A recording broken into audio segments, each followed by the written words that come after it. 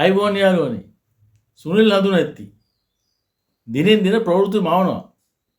ලෝකයා ඉදිරියේ එකවරක් ගිහිල්ලා කිචපච වෙලා ගියා ඉංග්‍රීසි කතා කරන්න ගිහිල්ලා.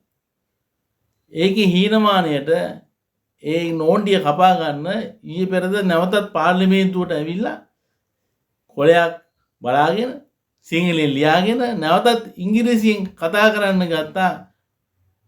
හානව. අයි ගණ්ඩම දෙයක් නැහැ.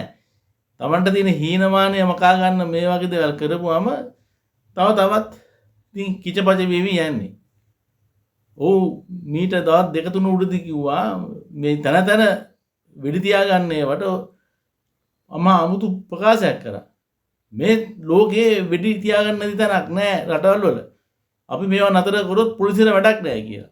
දැන් ඒකේ තේරුම මොකද්ද? අර සැකයක් ඇති වෙනවා අර කන්ටේනර් වලින් ආයුධ ගෑනලා මේගොල්ලෝ හැමතැනම බෙදුවද? දැන් අපි මේවා නතර කරොත් කියන්නේ පොලිසියනේ මේවා නතර කරන්නේ. එතකොට මේගොල්ලෝ කොහෙද මේකට මැදිහත් වෙන්නේ මේ වෙඩි තැබීම් වලට? එක්කෝ මේගොල්ලන් කට්ටිය දාලා කරනවාද කියන සැකෙත් එනවා. දැන් කුඩු අල්ලද්දී අහුවෙන්නේ මේගොල්ලන්ගේ කට්ටිය. මා විකාරයක් හැටියට තමයි දැන් නම් මේ මාලිමාවේ දිනෙන් දින වැඩ පිළිවෙල අපිට පේන්නේ ජනතාව හැටියට. ගොන් කතයි ගොන් වඩයි තමයි පේන්න ගන්නේ. දැන් ඩෝබි ලයින් එක හොදන කට්ටිය ඒගොල්ලන්ට බොහොම වෙහෙස කර ඇති. හොදලාම එපා වෙලා ඇති. අඩුතරමේ සුදුන් නඳුනෙත්ති අර සීනි කඩේ දාලා එතනත් ලාචෝරු වීගෙන යන්නේ බොරු කියලා. මේ හොදන්නේ කොහොමද මෙච්චර මේ ඩෝබිල ගැන හිතලාත් මේ ගොංගට නතර කරන්න කියලා සුනිල් නඳුනෙත්තිකින් ඉල්ලා හිටිනවා. මේ මාලිමාවේ හරි සහෝදරවරු ඉන්නේ.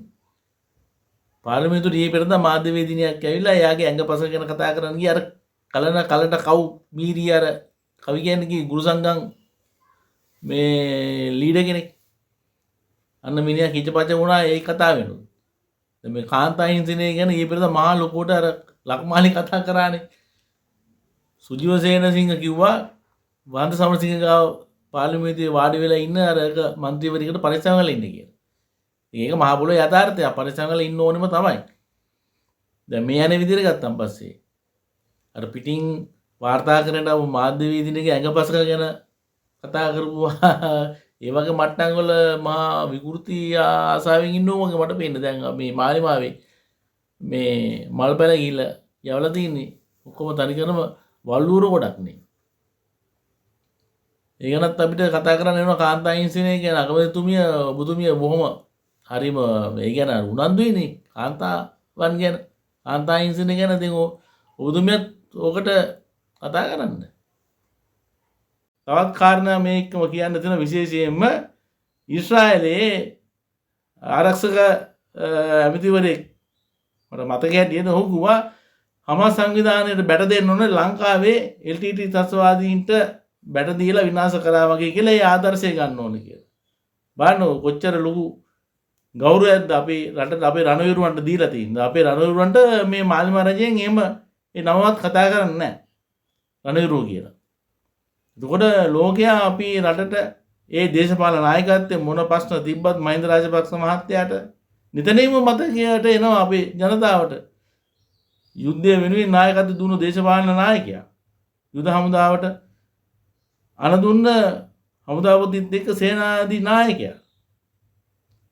ඉතින් ඒ කොච්චර ආඩම්බරද ලෝකයා අදටත් ඒක ගැන කතා වෙනවා. ආදර්ශයට ගන්න කියලා කියන්නේ අපේ වැඩ පිළිවෙල ත්‍රස්තවාදීන් විරුද්ධව මෙහෙයුම් කරපු ඊශ්‍රායල් කාරෝ එහෙම කතා කරාට LTT යුද සමයේ LTT කාරෝ හෙට ගෙන්නලා නොමිලේ පුහුණු කරා. ඒ වගේම ඩෝරා යාත්‍රාත් ඒගොල්ලන්ට දුන්නා ආවියවදත් නොමිලේ දුන්නා. අපේ හමුදාවත් හෙට කැඳවලා එකම කැම්ප් එකේ දෙපැත්තට දාලා දෙගොල්ලෝ මුණ ගැහෙන්නේ නැති වෙන්න දෙගොල්ලන්ට පුහුණු කරා. අපිට යුද පුහුණුව දුන්නේ මුදල් අය කරගෙන. අපිට ආවියවද ඩෝරා යාත්‍රා ගන්න කහයි කරලා අපිට වික්ක අරගොල්ලන්ගේ බිලුත් අපේ එකට එකතු කරලා එහෙම යටිකුට්ටු වැඩ කරලා යුද්ධය අවුලන්තරන්ට වැඩ කරා. එහෙම වැඩ නිසා LTT කාර්යෝ ගැන දන්නවා ඊශ්‍රායලයේ කොයි වගේ බඩුද කියලා.